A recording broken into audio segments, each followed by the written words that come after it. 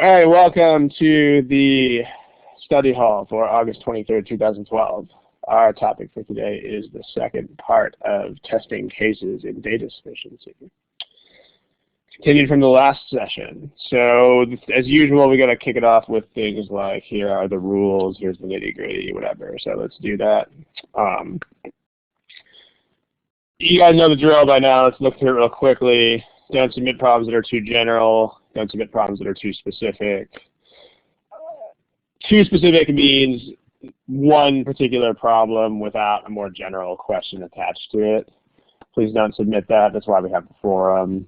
So if you have those kinds of questions, please ask on the forum.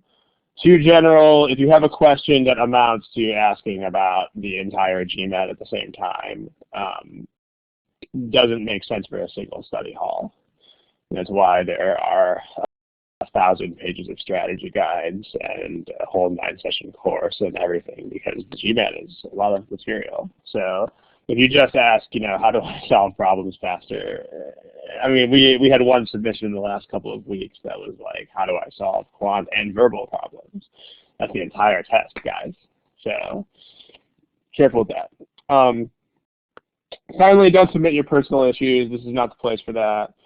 We have a folder on the forum that is the place for that. It's called the General Questions folder. That's where you can submit questions like, here's how I've scored and what should I do, and so on and so forth. And we also, if it's particularly about admissions and schools, we have a partner firm who runs a folder on our forum. That's the MBA mission. They run the Ask an Admissions Consultant folder on the forum, so please check there. What we should see is topics of intermediate depth.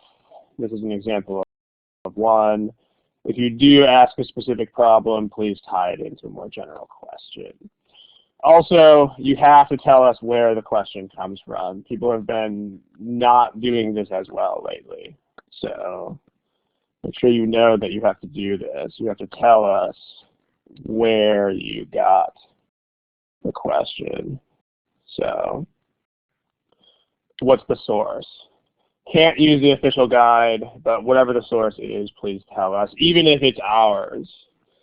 We have like 3,000 questions in our test software, and we have 1,000 pages of strategy guides. So even if you give us one of our problems, we're not necessarily going to recognize it. So please tell us the source. Also, please check the archives for topics. There are now something like 70 archived sessions. So if you submit a topic, please check to see whether we have already covered it. There's a lot of, please don't move things around the board. Okay, now you can't. Please check to make sure that we have not covered your topic already. If we have covered your topic already, then please check what we've covered of it. Let me go ahead and type this on there. If there's an aspect of the topic that we haven't covered, then that's where you would want to go ahead and submit that topic. So if your topic has already been covered, please watch the video. And then if there are aspects we haven't yet treated, then submit those. So make sure you do that, please. Also, another thing to be aware of, make sure you don't ask for, topics that are too central. Meaning these lectures are not meant to replace our course. So what we're not really going to do is, here's an overall strategy for reading comprehension or something like that. That's why we have the main course, our flagship product, the 9-session course. So for the overall comprehensive view. The point of this study hall is to be auxiliary and to treat some extra topics that are not in the 9-session course. But it's not meant to be a stand-in for that product. So if the questions are if they synthesize too much or if they're too central or whatever, then we probably won't use those. So, okay, those are the rules. Anyway, If you understand, go ahead and give me the smiley face icon.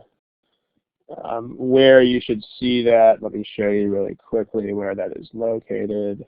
If you look under your name on the left-hand side, you'll see these emoticons. You'll see these face icons and stuff.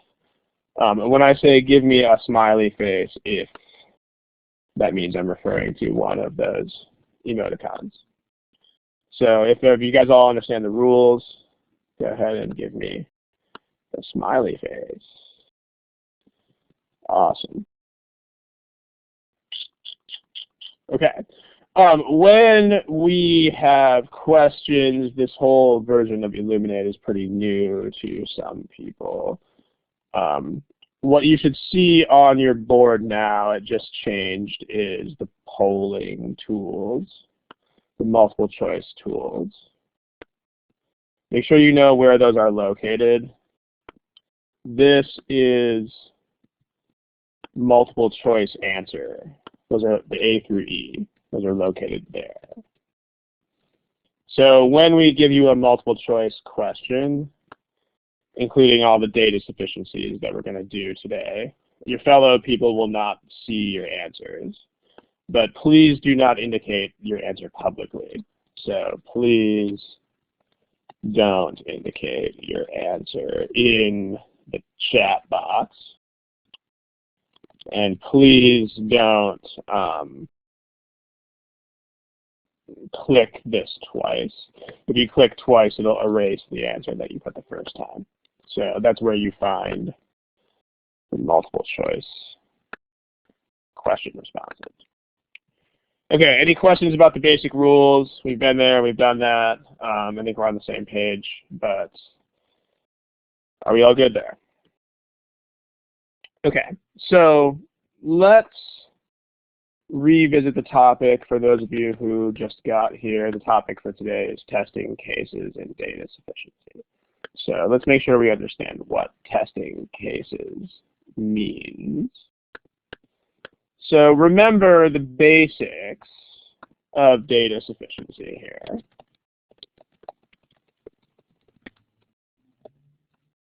The basics are, remember what we're after. There's a very specific question. So when you first look at a problem, make sure you understand what that question is. Insufficient means that two or more answers are possible for that question. And then sufficient means that that doesn't happen, that only one answer is possible for that question. So and what you should do, what you should be sure to do, and we're going to make this more concrete as we go through these problems, is you should make sure that before you even start doing the work on any data sufficiency problem, before you start work on one of these problems, make sure you specify exactly what would be insufficient, and then make sure you specify exactly what would be sufficient. It might seem sort of weird that we would mention insufficient first here, but what we're going to see as we go through this is that there's actually, especially on the yes-no type questions, there's a certain advantage to be had by first specifying what is insufficient, as weird as that might sound. So let's go ahead and do a problem. Remember where your multiple choice answers are. I'll give you a timer. If you've been here before, you know how this works. So here's the first problem of the day. This is from our material. Please indicate your answers using the multiple choice tool. That's where you find it, underneath your name. And then before you start, make sure you know exactly what you are trying to do. Okay, go for it. You can put a timer on the board. There's a timer. Go for it.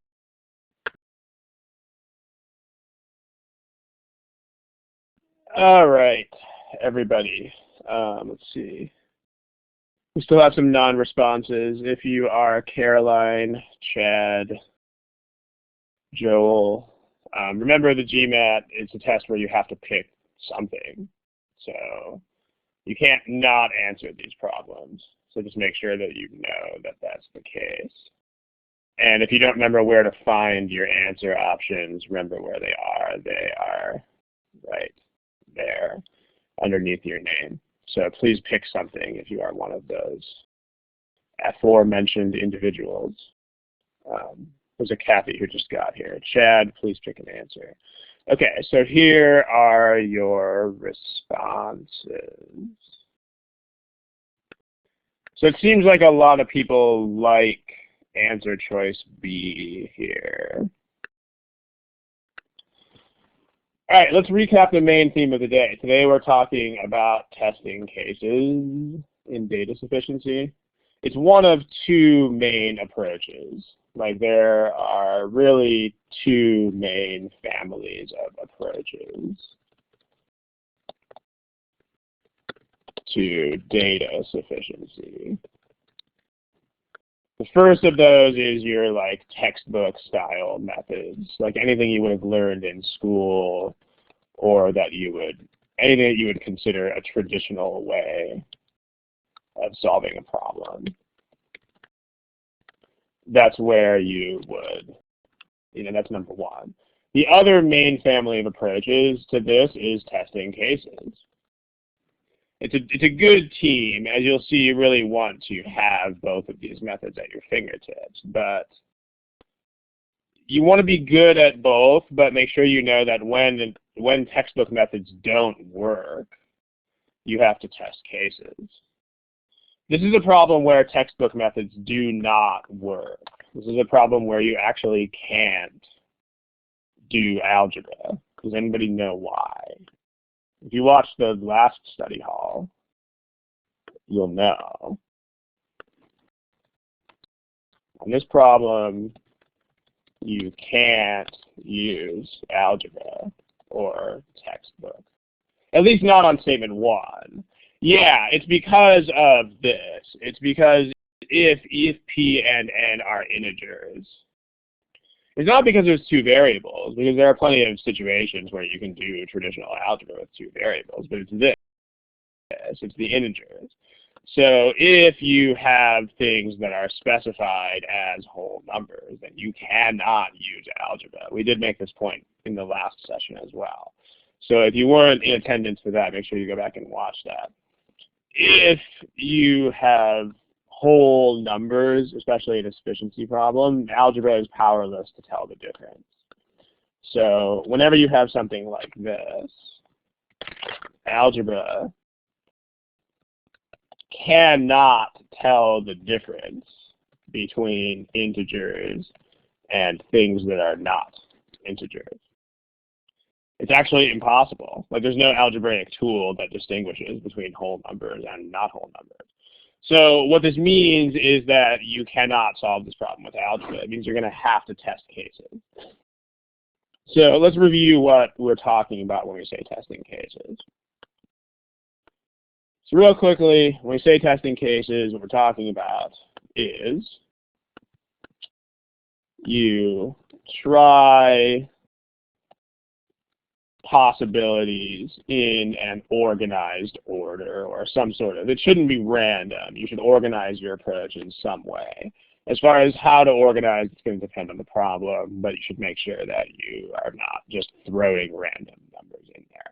Like if there's a sequence, you would put them in sequence. If there was multiples of 3, you would try 3, 6, 9, 12.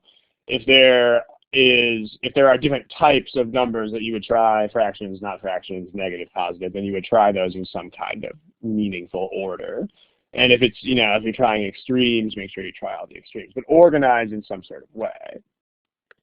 If a possibility doesn't satisfy the statement that you're examining, then just throw it out. and then tabulate the results that you have. So if you only get one answer, then that's sufficient. And if you ever see a second answer, if you get two different answers, then you can stop. There's no need to keep going because you've established insufficient. That's what testing cases is. So what we got to do in the first problem, in the first statement here, is we got to test cases. Because again, there's no algebra that can possibly substitute for that. And I know I'm making that point over and over and over again. But let's look at it. So statement 1, the combined value, let's take this over to the next page. And let me grab those other observations as well.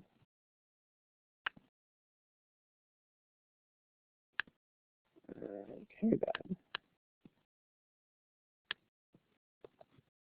All right. There we go. Oh, that didn't that didn't come out very well. Let's try this again. Sorry, that brief little technical hiccup there.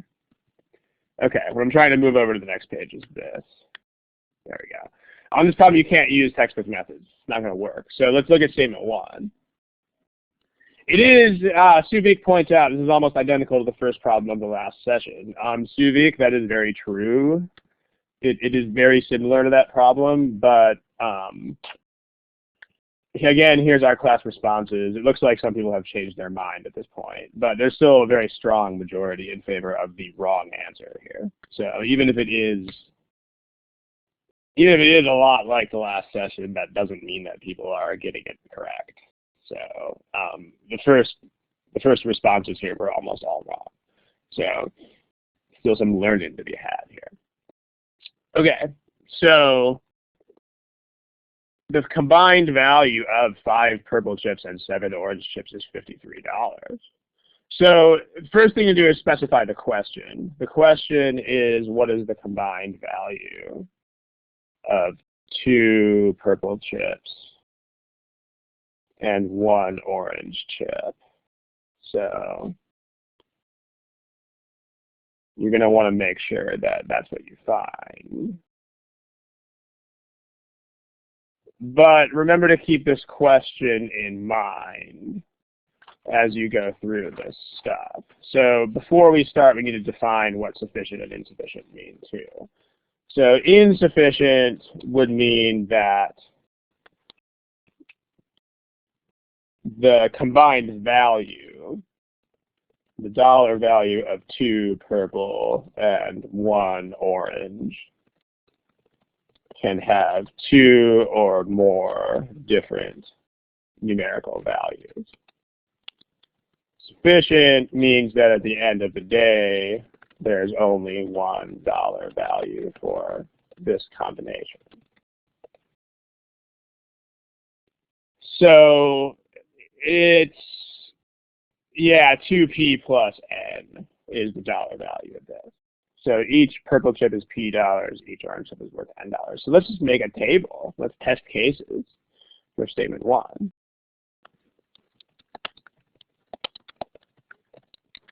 So let's say that if P, which is the price of a purple chip, and then N, which is the price for orange,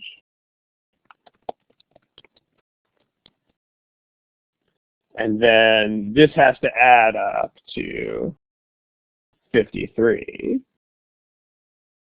So the check that we need first is we need to check the value of 5p and 7n. And then we need to say what's 2p plus n.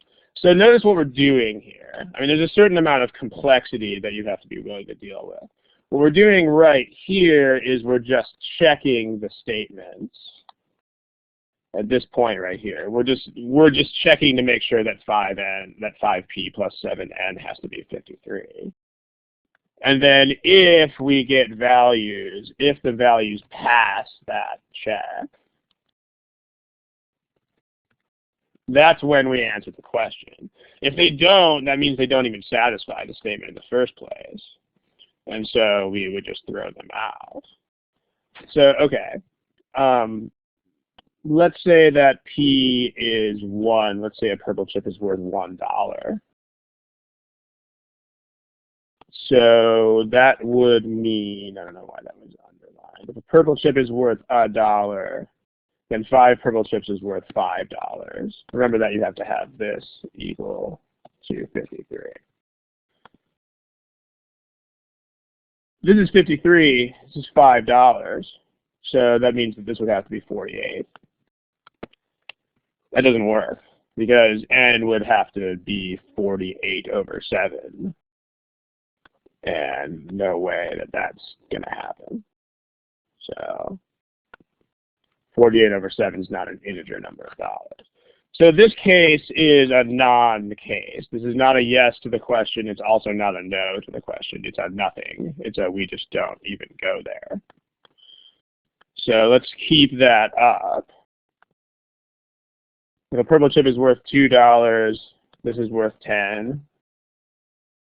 53 minus 10 would be 43. So that would be 43 over 7. That does not work. Keep going with this. P for purple, 3, 4, 5, and so on. All the way up to, 10, because if you had more than 10, that would mean you have more than $53 already. So let's just try these.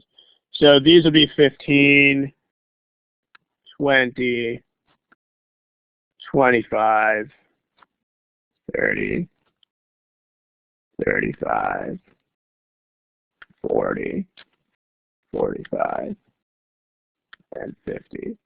So subtracting from 53, we have 38, 33, 28, 23, 18, 13, 8, and 3. Notice the other thing here, when you have multiple steps, just a quick organizational tip here. I mean, there was this dude about 100 years ago, maybe a little bit more, named Henry Ford. Probably heard of him. His idea was to make what's called an assembly line. It made him very rich. The idea behind an assembly line is that things go faster if people do the same thing over and over and over again. So if you have something where you have to plug in a bunch of numbers like this, you should take the Henry Ford approach and you should do the same step in a row. So if you have to do things multiple times,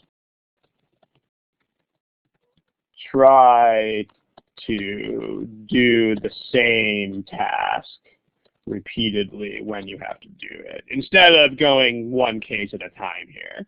Like notice we did all the 5 P's here at once, and we did all the 7 N's at once. So how many of these are multiples of 7? Well, that is. All of the other ones are not. So that's not 38's not, 33's not, 23's not, 18's not, 13's not, 8's not, and 3 is not. So we only have one case. We know that the purple chip has to be worth $5. And we know that the orange chip has to be worth $4. This is the only case that survives this Holocaust here. So that is the values of those chips. So P is definitely $5. N is definitely $4. So this is sufficient because we would have 2N plus P or 2P plus N or whatever. It's $14, but you don't have to. You don't have to go there. You actually got prices for your chips. So statement 1 is sufficient, much to the chagrin of the majority of the crowd. Question on the board: if the constraint is not there, can we use testing cases?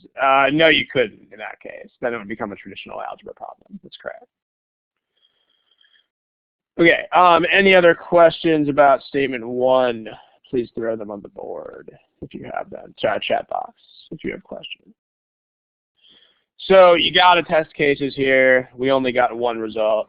There we go. If we try statement 2, statement 2 we don't have to test cases because this is a special relationship. So this is where you got to be playing heads up ball here. So for statement 2, the question is not asking for n and p. The question is asking for 2n plus, or actually 2p plus n, not p and n. In the first statement, that didn't help us, because in the first statement, this was 5p plus 7n, and that's not really related to 2p plus n in any way that's meaningful. However, notice that this is 6p plus 3n up here. There's a special relationship there. What's the special relationship between 6p plus 3n and 2p plus n? Yeah, it's 3 times as much. So if we know that 6p plus 3n is 42, then we can just divide both sides of that by 3. And so that'll tell us that 2p plus n is 14. So that's sufficient. The upshot of this problem is that both statements are individually sufficient. So your overall answer to the problem is going to be D. Any questions? I think someone is typing.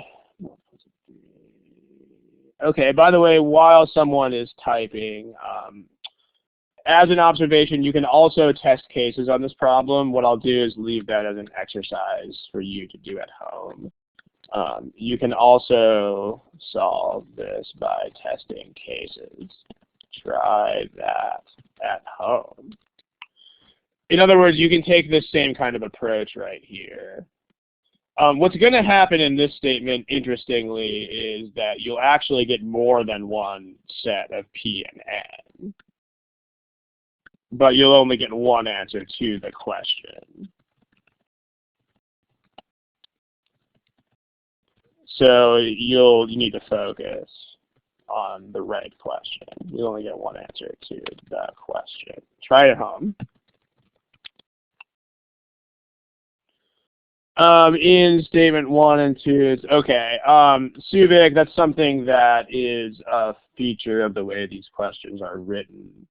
I don't think this is anything that'll particularly help you solve problems, so I wouldn't, worry about it too much. But yeah, it has to be the same. Like, the answer is that you have to be consistent. They don't have to be the same, but they have to have at least something in common. And so if they are a single value, then they will have to be the same single value, yes. If there were multiple values, as long as you had some crossover, it would be fine. So like if statement 1 was either 14 or 20, then statement 2 was either 14 or 10, that would be fine too. But we got to overlap. Okay, any other questions about this problem? Chat box, if you got any questions. Nobody. Okay. Good deal. I don't think you guys were following me the whole time. At least you're on this page. Okay, let's move on to another one. How about this one? This problem is rather infamous on the forum, so you may have seen it before. If not, give it your best shot. It's from GMAT Prep. I'll give you a timer. There you go. There's a timer. Remember where to indicate your answers, please, ladies and gentlemen. So that's where you indicate your answers. And don't forget to understand what these mean before you start.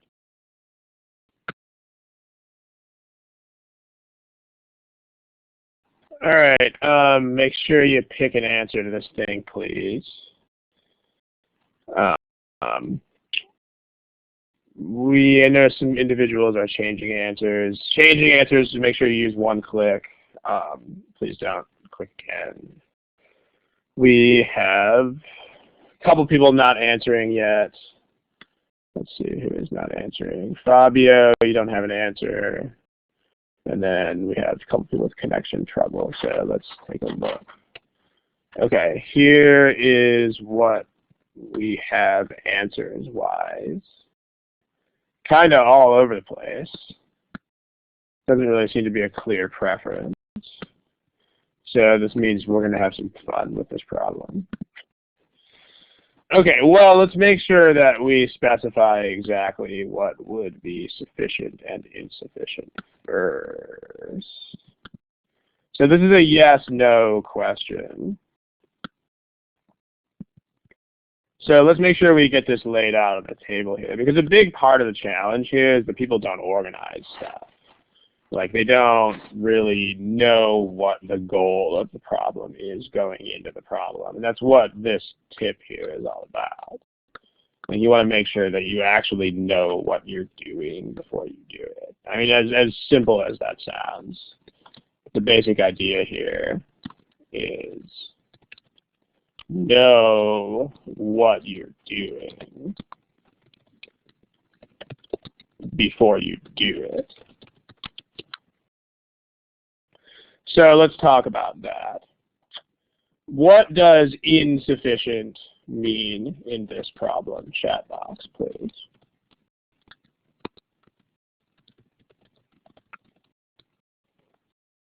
What does that mean?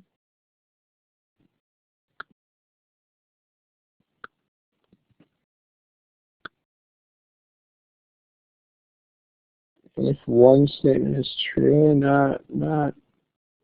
Yeah, you can get a, well, let's specify that further, right? Insufficient means, well, I mean, what do the answers to this look like? The answers to that question are yes and no.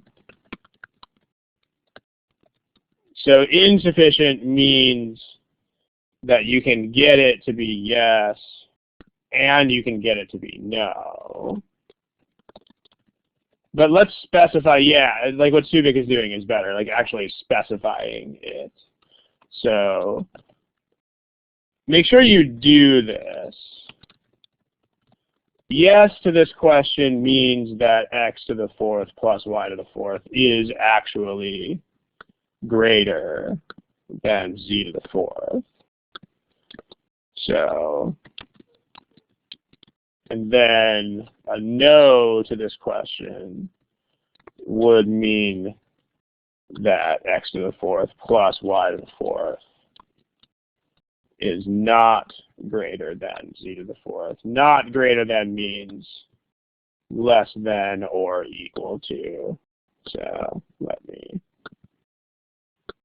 change that sign. So, okay. There's not really a super simple algebraic way to do this, because if you, these don't work out to be simple factoring patterns or anything like that. On the forum, we've seen some people do some pretty crazy madness with algebra that kind of starts getting at it, but because the problem here is that if you like square this, then you'll get x squared plus y squared plus other terms. X to the fourth plus y to the fourth plus other terms is greater than this. So you'll get this stuff plus other things is greater than that.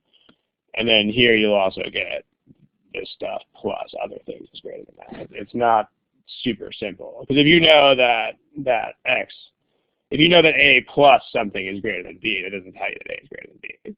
But it also doesn't tell you that it's not either. So we want to be careful with that. But let's just, I'll tell you, this problem is on the forum in many, many places. I'll put a link to the forum in the box later. But the short version, I'll go ahead and link you guys after we discuss this. But algebra doesn't really happen in any sort of straightforward way here. There's no relatively simple algebraic argument. I mean, there are some things you can do that are a little bit crazy, but that we will leave to the forum. So, and let's look at testing cases. So, this is why it helps to define insufficient first. I mean, that might have sounded weird first, but insufficient is actually you can get two concrete things to happen. It's easier to define that first. Once you have that on the table, then you can talk about what sufficient means. Sufficient means that you can only get one of those two things to occur. Defining sufficient first is harder because it's weird. It's like, oh, only this happens or only that happens. That's not as easy to understand. Whereas defining insufficient first is a little bit more straightforward because you actually have two concrete things that must happen.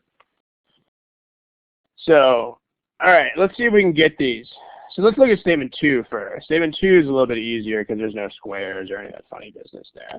So let's see whether we can get both of those. Let's try to get the yes and the no. This is what you're doing whenever you test cases in general. You're trying to get insufficient.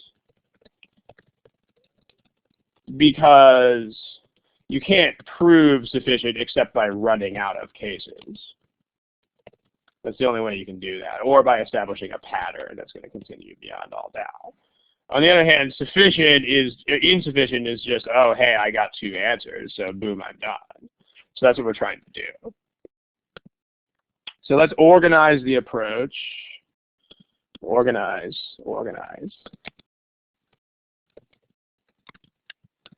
So, yeah, even so, you probably might not have had this type of problem in particular, but you probably have seen similar things, sure. But remember that the GMAT isn't like school. So if you relate things too much to what you did in school, then there's going to be issues there. Okay. Anyway, let's organize.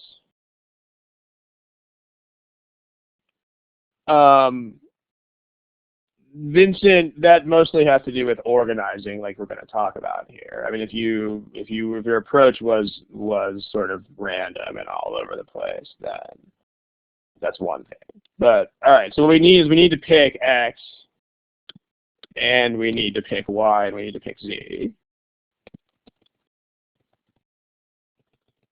Subject to the condition that X plus Y is greater than Z, and then we need to figure out this and that, and then the result. So that's an organized approach. Make sure you organize things like this first. The constraint that we have to satisfy here is that X plus Y has to be greater than Z. So let's make that happen. Okay, so someone give me an X, Y, and Z that satisfy that constraint. Give me a case. The first case, we don't have to be that organized about it because we can just see what happens. And then once we get that, we can kind of regroup. Let's try 2, 2, and 3. So 2 plus 2 is indeed greater than 3. 2 to the 4th is 16. 2 to the 4th is 16. That's 81. So that's a no. So now we need to try for a yes. make sure you know this. This is what I mean by an organized approach. As soon as you get that, your only goal in life for the moment is to get a yes. So now you have a goal here. Your only goal in life is to get yes. I mean, fractions, we don't really need to get that fancy, right? I mean, getting a yes to this question is very easy to do because all you got to do is make these really big. Like, let's say we made these, I don't know, like 100 and 100 and nothing. Then x to the fourth is going to be a very big number. What is that, like 100 million, I think. So both of them. And then that's going to be nothing. So that's a definite yes. So we're done. It's insufficient. Any questions there? I mean, you can use negatives. Negatives are another way to, like, if you make z negative, I mean, let's say you didn't find a case like this. Here we're done, but let's say you got the yes first. Then if you got the yes first and had to try for a no, then then you could start using your negatives. You could start saying, let's let x be 1, and let's let y be 1, and let's let z be like negative 10,000. You know, then that's just 1 plus 1. But then this is some huge number, and so that would be a no. So negatives can actually help you. I mean, they're not your enemy. They're actually your friend if you need them. But so notice the point here is to be organized. The point here is that once you get one result, you have to know what other result you're trying to find. And that should also address the question about time from Vincent. I mean, if you don't know what you're trying to do, it's going to take you longer.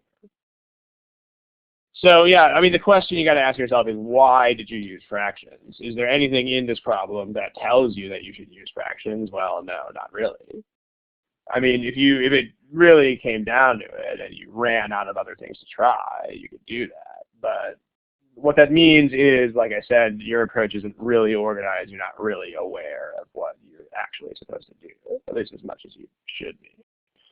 So there's a lesson there to be had. Okay. Other statement, let's look at statement 1. Let's bring all this over to the other page. So statement 1 is not sufficient. Let's take a look at statement, let's take a look at statement 2. That is an oversized graphic. Okay, let's look at statement 2. So we're still going to try the same sort of thing. So let's pick x, let's pick y, let's pick z. Again, we have conditions that we have to satisfy here. In particular, we have to make x plus y greater than z. Actually, this is x squared and y squared and z squared. So as such, check x squared plus y squared and z squared, and just make sure you get the desired result.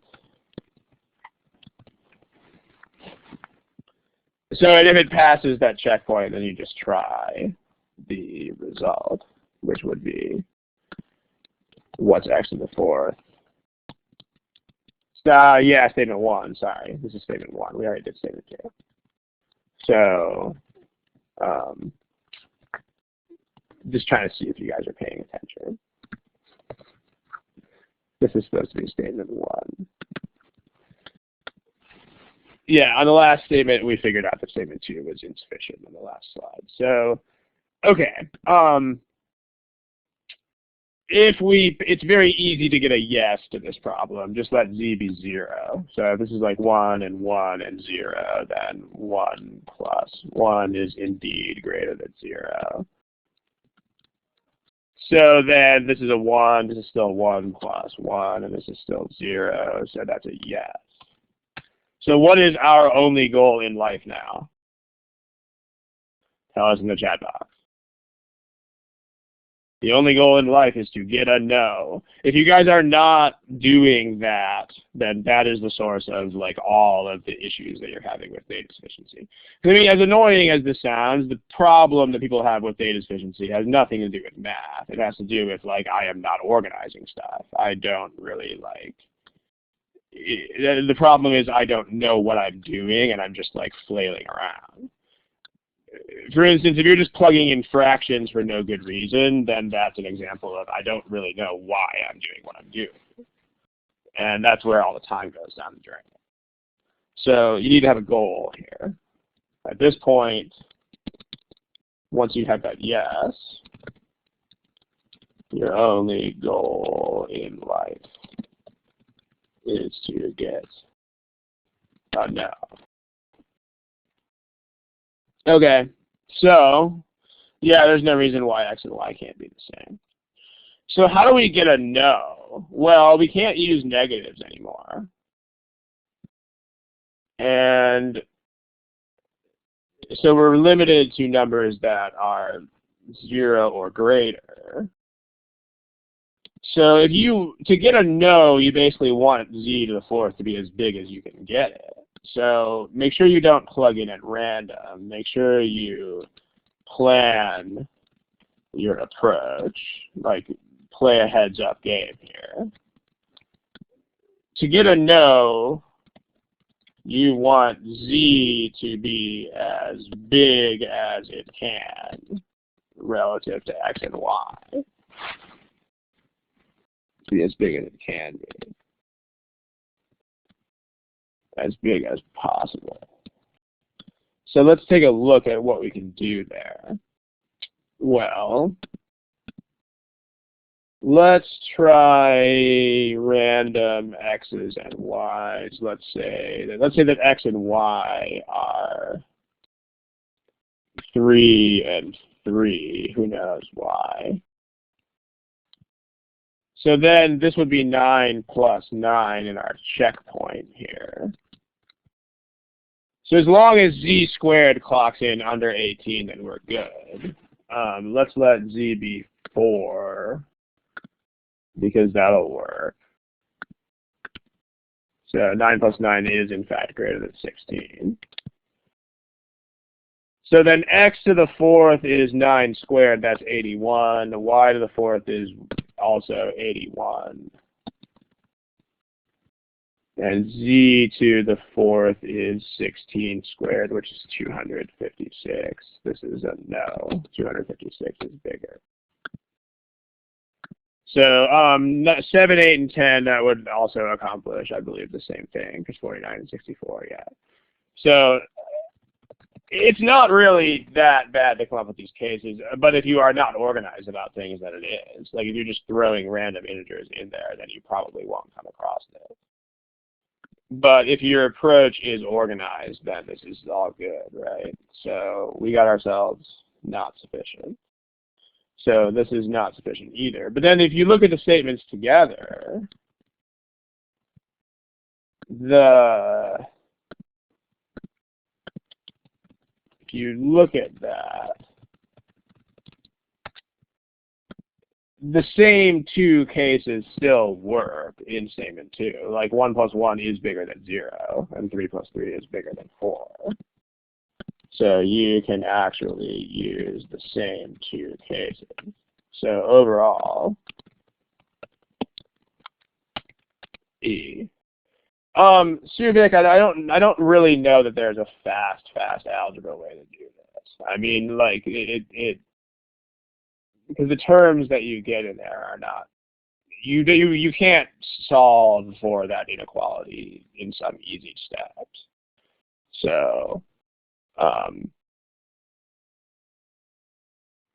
there might be some algebra that you could do here, but it's going to be very tedious. And it'll probably involve breaking something down into some sort of cases. But that's what makes this problem so crazy, is that there's no easy way to manipulate those statements into proving that that's not true. But the best approach, again, is to have as many approaches as you can. So if you have an algebra approach and you can do this, then that's where you want to be. So, okay. All right. Anyway, any other questions about this fraction question? This question, I'll just throw it on the board. The reason I'm saying you don't, I didn't say don't use fractions. I just said you don't have to.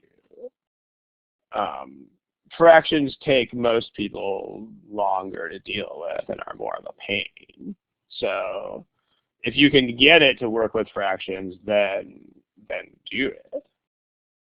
But you just don't have to. You can stick with nice, familiar integers and turn out to be fine. So, yeah, that's what I'm saying. If you square statement 1, then there's no easy proof from that. Like since people are talking about this anyway, let's just go ahead and look at that. So if you try an algebra approach here, if you try squaring statement 1, then that's x to the 4th. It's x squared plus y squared squared. So that's x to the 4th plus 2x squared y squared plus y to the 4th is greater than e to the 4th. So let's put the exponents in there.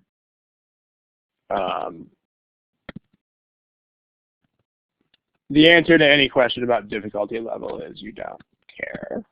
It's just a problem that is in front of you. And you have to, those are the wrong exponents. Sorry, that's the 4th. That's the 4th.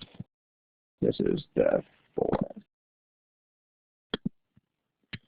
So, the problem is that this is an extra term. There's no way to just, neatly kill this term. So you have, this is x to the 4th plus y to the 4th plus other stuff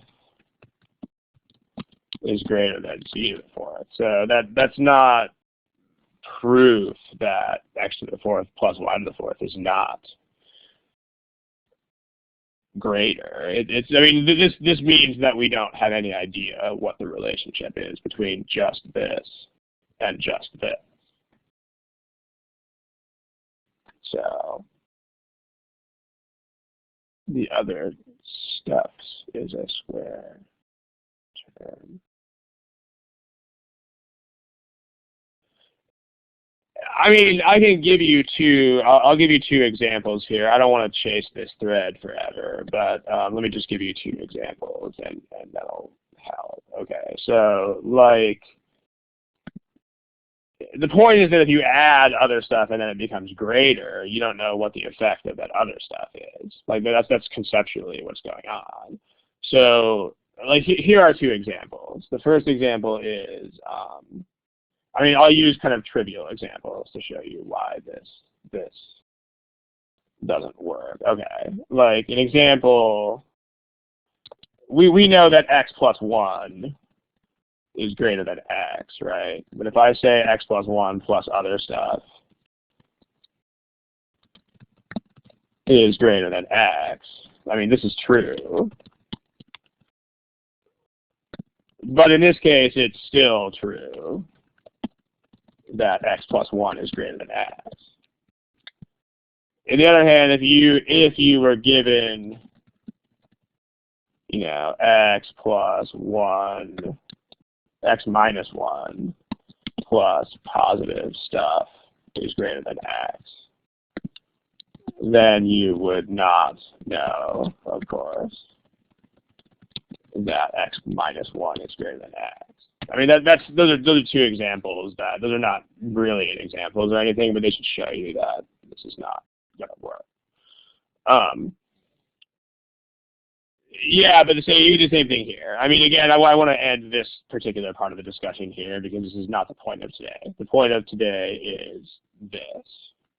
Make sure you can do this testing cases thing in a way that is organized. That's what this is all about. So, okay. Let's look at this. How about coordinate geometry problem? Okay, go for it. Go for it. Here's a timer.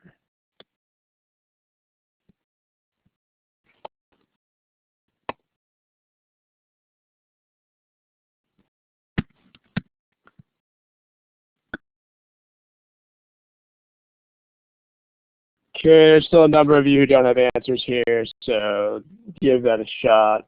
Give another 20, 30 seconds, and let's get cracking.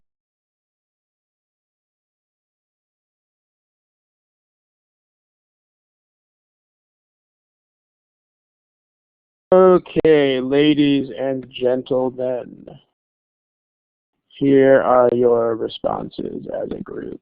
So there seems to be a consensus here on choice C. So let's take a look and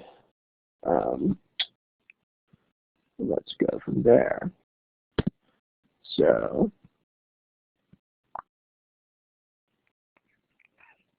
all right, lines N and P lie in the XY plane. Is the slope of line N less than the slope of line P? So let's talk about this with a case testing approach.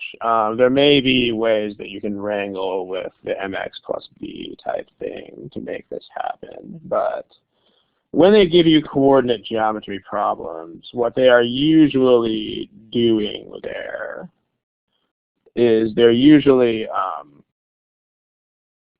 visually based, or at least they have a strong visual component.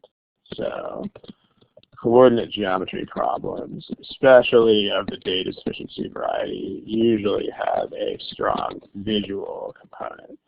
What this also means is that you should try the visual component first. I mean, there's actually 2 entire study hall sessions on this. There are 2 sessions that are dedicated to coordinate geometry DS. But when you see one of those problems, you should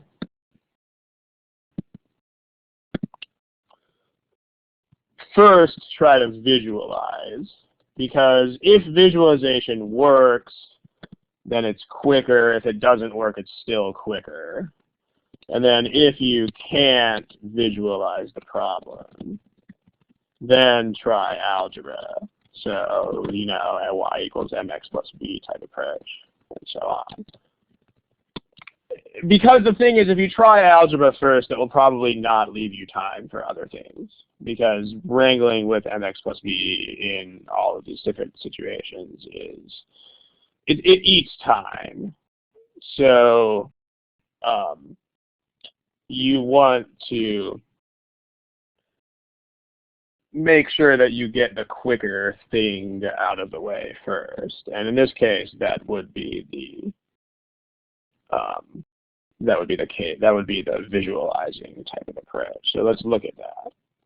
Let's try to visualize. Lines N and P intersect at the point 5, -1. So let's scratch up a set of coordinate axes here. Oops. Scratch it up like that. Okay, let's say that we have these coordinate axes, and then that's x and that's y. Okay, and then let's say that this is the point 5, 1. And it's not a very pretty 5, but you'll get the point. Okay, so what are we doing here? Well,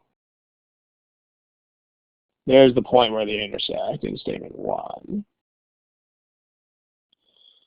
So is the slope of n less than the slope of line P? Let's make sure that we define what sufficient means before we get started here. So let's kill those ugly numbers and let's put in real numbers. There, 5. And then let's scratch that and put 1. Okay, so that's the question. Let's make sure we define before we even kick this off. We got to define what sufficient and insufficient mean again. So insufficient means that what can happen and also what can happen. Chat box.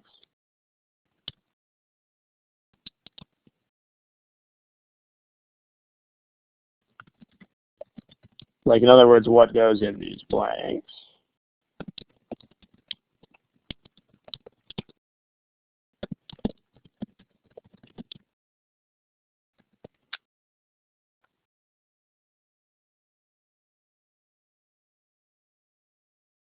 Yeah, you can get, it doesn't have to necessarily be careful with this, guys. The opposite of less is not greater. The opposite of less is greater than or equal to it.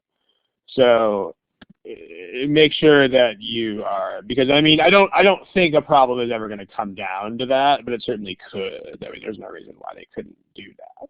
So it's possible that slope n is less than slope p. That's a yes answer. And it's possible that slope n is greater than or equal to slope p, and that's a no answer. So slope greater than or equal to is what that says. So let's try to get that to happen. I mean, if you just have the, and then sufficient, on the other hand, means that only one of these can happen. So again, defining insufficient is easier on yes/no questions, starting with insufficient. But sufficient means that only one of these two things can go down. So that's what that is. Insufficient is this, sufficient is that. So, okay. There. If you have lines M and P intersecting at 5, 1, I mean, it's, let's make a couple of copies of that picture. And then it's not very hard to make that happen, but just make sure you understand how that works. So here's 2 different axes, one for the yes, one for the no. So for slope n less than slope p, you know, just draw, let's say that this is line n. What happened there? Okay, let's just make line n do like that. And then let's let line p go like that.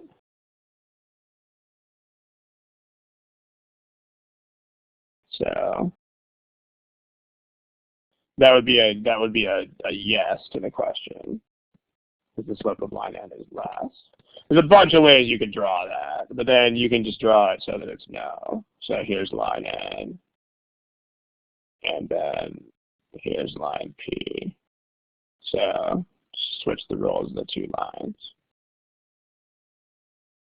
That's a no. So this statement's not sufficient. The y-intercept of line n is greater than the y-intercept of line p. Let's take that to the next page. So remember, what you're trying to do is this. So for statement 2, what is happening is that here's one set of coordinate axes for a yes, here's another one for a no. So any y-intercept that's greater than any x-intercept here, basically. So here's a greater y-intercept. Here's a lesser y-intercept. Here's a greater y-intercept. Here's a lesser y-intercept. And then, so line N has the greater y-intercept. You can just make that slope less than P. So this would be a yes. Or you can make it slope more than P. So, and now has a bigger slope. That's a no answer. So this one's not sufficient either. Any questions about the individual statements? Okay, let's take all this fun stuff over to the next page and use the two statements together. So, there we go. So two statements not by themselves taken together. The two statements together. We know that we have to go through the 0.15. So conveniently, still have that graphic from before. And then let's, just to make this a little bit clearer what's happening here, let's make N a different color from P. So let's make N this color, and then let's make P this gray. Okay. So N has to hit the y-axis higher than P does. So what you're going to notice here is you can get a yes fairly easily. Here's, let's say we have line N. So if line N is here, for instance, y-intercept, and then line P is over here, then here you have slope N less than slope P. The question becomes, can you get slope N to be bigger?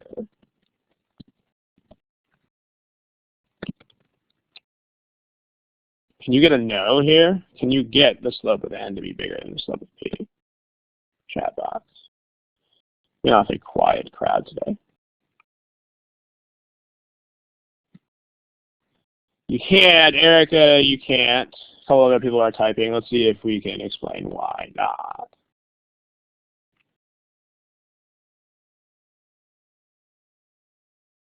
Line P anti-clockwise.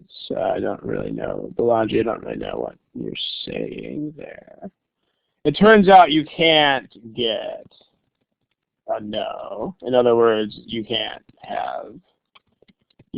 get N to be parallel to or to have a higher slope than P. Yeah, like, I mean, the deal is this. If you look at this situation, slope is, you know, how much do you go up or down per unit. And I mean, if you're starting higher and you're getting to the same point, then you have to have a lower slope. Because line P, let's color code here. Line P has to start lower and still make it to this 0.51. Line N has to start higher and still make it to 5.1. The only way that both of those could happen together is if P slopes more, if P gains more coordinates per how much it moves over to the right. So, but you can just try to get this case and it's not going to happen. There are probably also ways to use MX plus B here, but those are not the point of this session. So, but you can't get this to occur. So with the two statements together, the only possible outcome is that the slope of P is greater.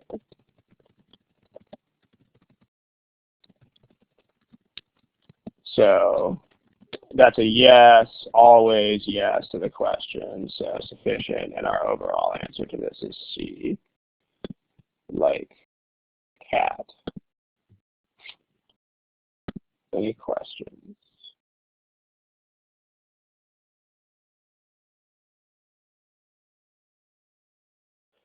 Joel, maybe. I mean, if you, here's the question that Joel is asking. Joel's question is this. I mean, this would be something you would do not all the time. Couple of observations here. The first is, I mean, because this is an important thing to think about, right? The first observation is if your approach is organized, then doing all of these things in that time still shouldn't really be a problem. So I mean, that's the best answer I can give is that. But here are a couple of other observations here. Observation 2 is that you won't always have to do the blue thing. In fact, 60% of the time you won't. Because remember that if the answer ends up as A, B, or D, which is fully 60% of the problems, then you won't have to combine the statements. Also, one thing you'll notice about these problems is they are kind of nice to you in the sense that on GMAC problems, if you have to combine the statements, one or both of the individual statements, which you have to do first, is or are usually quite easy to resolve. In other words, what they're not going to do is make you do a bunch of labor. I mean, it's important to understand this. They are not slave drivers here. So you're not going to be like doing tons of work for statement 1 and tons of work for statement 2 and tons of work for the two statements together. Just like in the problem with X and Y and Z, last time, they're going to make it so that if you resolve statement 2, oh, you've accidentally resolved the whole thing. Or last observation, which ties into this, is number 4, you might also, like, if something seems like a lot of work, first, check your intuition to see whether something is clearly insufficient before starting work on it. Because, I mean, what I'm talking about with number 4 is this. Like, I went ahead and drew all these on the board. But, here's statement 1. You don't really have to do this. Like, you don't actually have to visualize both of these. Like, you can... I did it just to show the testing of cases here, but you should be able to just intuit the idea that this is not good enough. You can just realize that, not supposed to be a comma there. I mean, all you have here is an intersection point. You don't have anything that would determine a slope at all. So if you realize that, then you can skip even having to find these cases because you know that the slopes can be anything at all. Like, if that's all you have, then P and N can have any slopes at all in the world.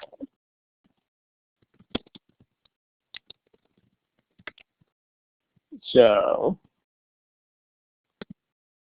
that's not sufficient. Same problem here. I mean, this is just y-intercepts. You only had a fact about y-intercepts. So your slopes can still be anything in the world. So still not sufficient. So I mean, you'll have shortcuts like that. Finally, let's talk about this comment real quick. How about this comment that's in the corner of the board right now? Does anybody have any thoughtful response to that? if you've seen my previous study halls, you might actually even know what I'm going to say here already. But in particular, I don't. That's true. You might have differential time here, but I don't love the way that a couple of you are saying this. So let's have a quick chat about this before we call it a day. I mean, what is this whole full time thing? I mean, is 2 minutes a full anything?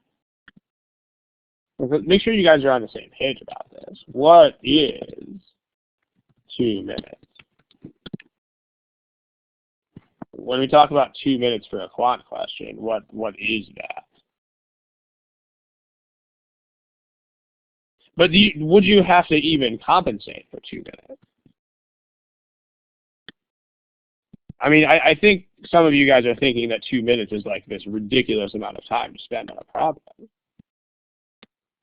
And then some people are saying things that are just absolutely not true, like this. I mean, no. Straight up answer to this is no, absolutely not. So let's chat about this. Is 2 minutes, quote, the full time, unquote? Do you even have to compensate?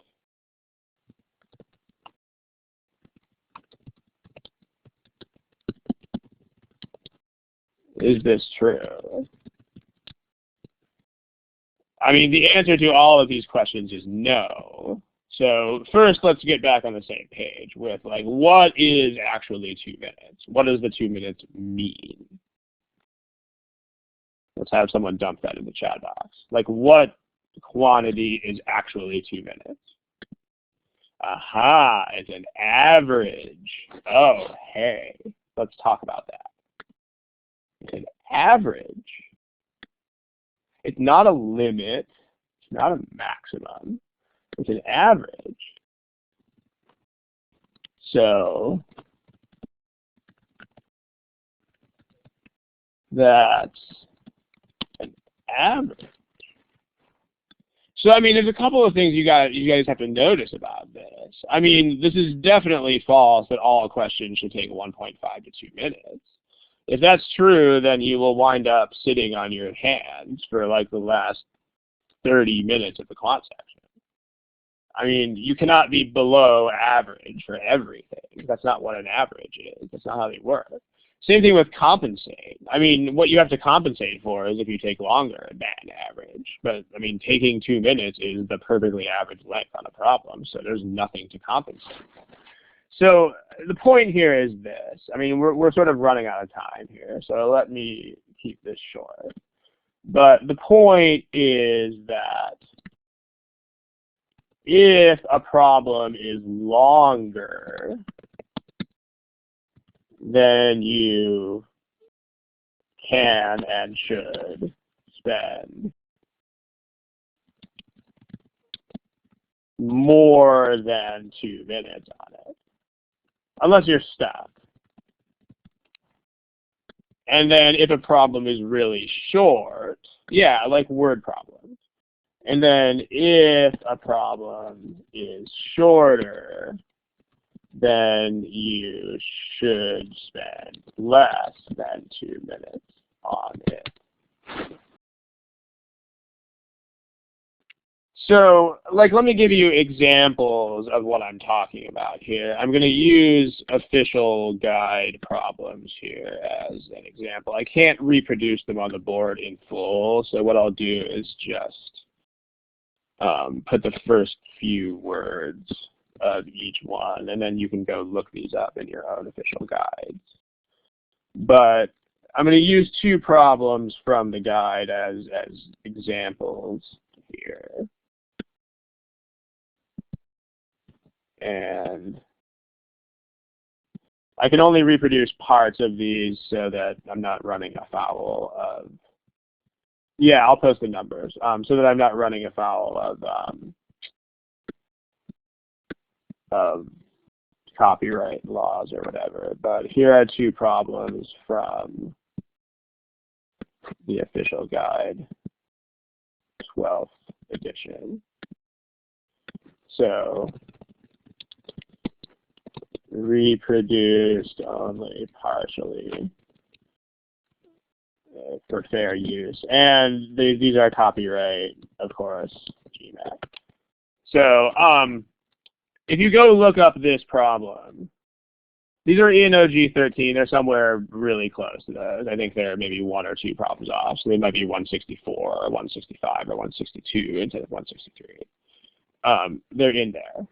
So the point is that no one will finish this problem in 2 minutes or less. That includes instructors who have taught these kinds of tests for 20 years. Not going to happen. There's way too much stuff to do there. You have to absorb what's happening in there. You have to translate it into mathematics, and then you have to do that mathematics. So, I mean, this on a really, really long problem, it's perfectly okay to spend 3 minutes, maybe even a little more. I mean, this is really kind of common sense. This is how averages work. Like, if you paint a house in an average of 4 hours, then if you have a gigantic mansion to paint, you would not still expect to paint it in 4 hours. I mean, nothing genius about that. This problem, the one that's right after it, this is a one-step problem. So if you can solve it, it should take no more than 15 to 20 seconds. And then if you can't solve it, then you should make that realization in no more than 15 to 20 seconds. So in other words, everyone should finish this one in under 30 seconds. So, yeah. Okay, let's see. What is this? I'm going to answer these quickly because I'm kind of on a schedule here, so we need to go pretty soon. But let me address these last couple of points about this. I mean, in the actual exam, you do have a timer. Sure you do, but you just don't want to be looking at it all the time. So the point is that there's a couple of comments in response to this. I mean, number one, you obviously don't have to know where the timer stands at all times. You don't have to know exactly how much time is left every single problem. But first, I mean, yes, you do get a timer, although you should hide it for most of the time so that it doesn't distract you. I mean, there's a timer in the corner of the screen. But also, the point here is this is why you take practice tests. You know, the main reason for taking a practice test is not because you don't learn things from full-length tests, right? You evaluate, you diagnose, but there's no learning taking place there. I mean, so if your goal is to learn how to solve the problems, then full-length tests are actually sort of useless. But one big advantage of full-length tests is that it lets you practice this kind of time management. So it's to get used to this rhythm. And the most important observation to make here is you should only have to look at the clock every like 5 to 10 problems. If you actually quit when you are stuck in the interim, then your overall timing will be fine. this is really important. Like, if you actually have to look at the clock every single problem, or if you want to look at a stopwatch every single problem, then that means you have bad time management. That doesn't mean you have to be more precise about that. It means you don't know how to quit. So the point is that you shouldn't even really be thinking about time all the time, because if you can quit, then you can quit. So that's the most important thing to say in response to that, because this observation is totally on point, this one right here. If you look at the clock every single problem, you will probably throw away a total of 5, 6, 7 minutes just looking at the clock. And I mean, that's time that you could have spent solving problems. So you should get to this point where you have a rhythm that is workable, where you can just look at the clock every now and then. And, you know, maybe not when you first ever start doing these problems, but I mean, this should happen pretty soon. It's just being able to quit is what it is. Okay, that's about the main point of what I have to say there. We do have to close up shop here in just a second, because we are now over time by about 6 or 7 minutes. As many as possible, not really. I mean, you just want to take enough that you have a rhythm, and enough that there's no reason to take like 20 practice tests. That's just a waste of everybody's time. But unless it takes you that many to get used to the timing. I mean, you should take enough where you can proceed through the whole thing as a routine and you're used to the timing. Okay. Subic recalibration, they sent out a notice that would tell you everything you need to know about that. I wouldn't be able to tell you any more than the notice that you got. In fact, the notice could tell you a lot more than I could. So, all right, let's go ahead and call it quits. Have a good night. Good night and good luck. We don't ever know what the study hall topic is until about 2 hours before the study hall. So the answer is I have no idea. Okay, so thank you guys for attending, and good night. Good luck. We're going to call it a night.